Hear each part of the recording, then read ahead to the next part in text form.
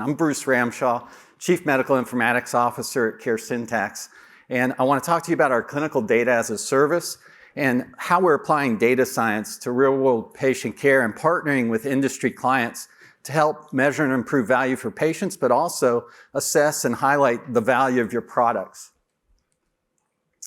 I think our biggest asset is the 15 years we spent working with a team of data scientists to learn how to do data in a high-quality way in healthcare.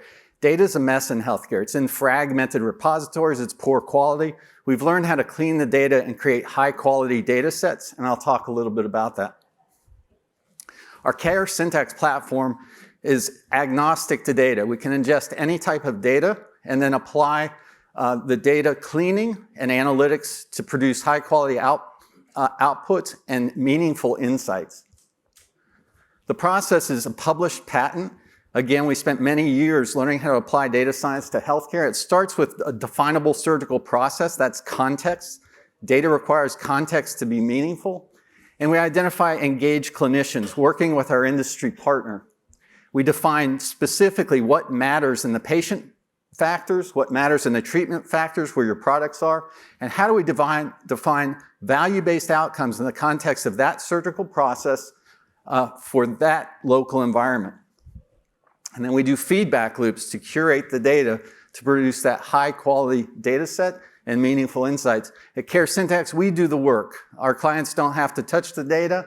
We do the data collection, cleaning, analysis, and eventually partner together to produce those value-based outcomes.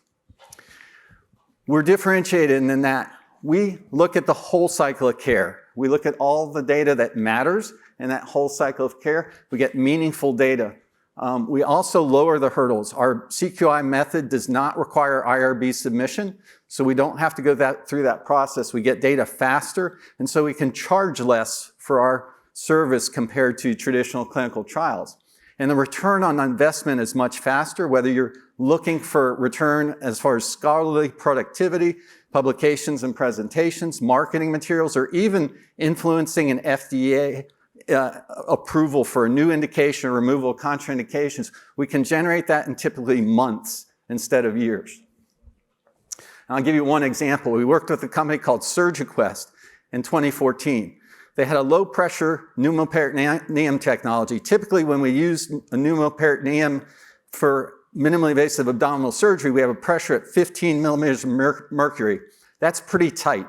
Puts a lot of pressure on the diaphragm and the abdominal muscles. With AirSeal, their low-pressure device, we could operate at half that pressure and still have the same exposure. But they were only getting market share in the robotics cases, which was less than 10% of the market.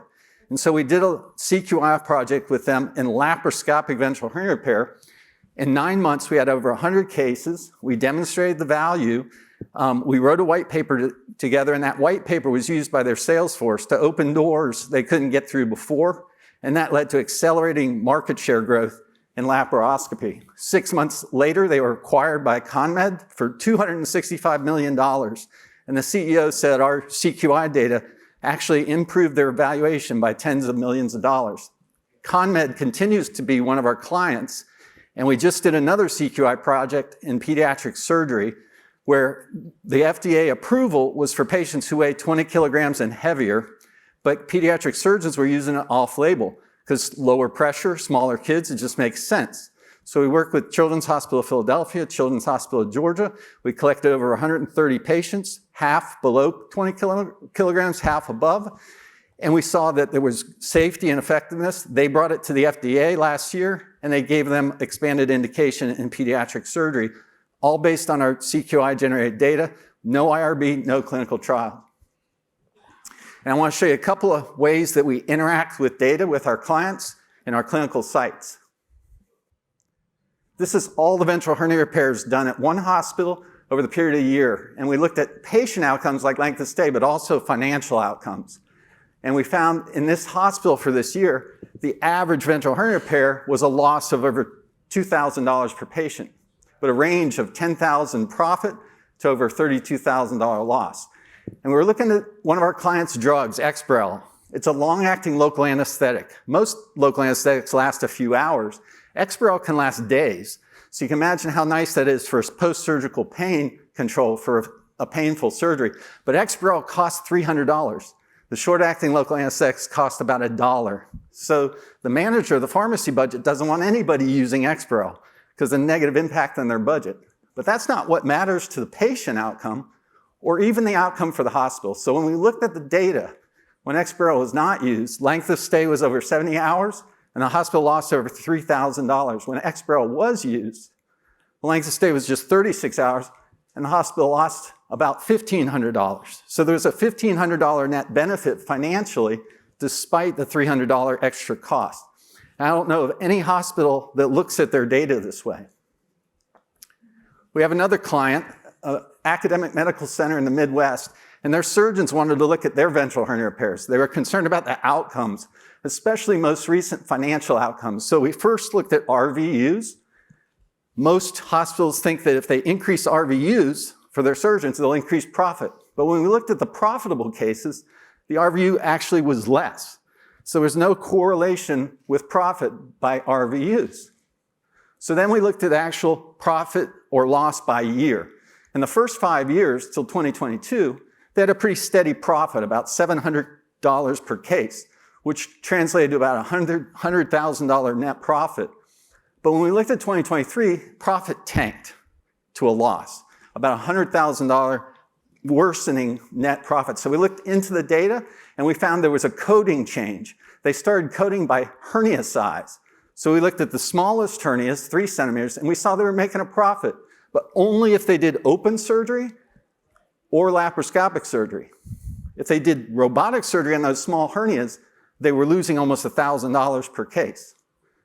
So then we looked at the large hernias, over 10 centimeters.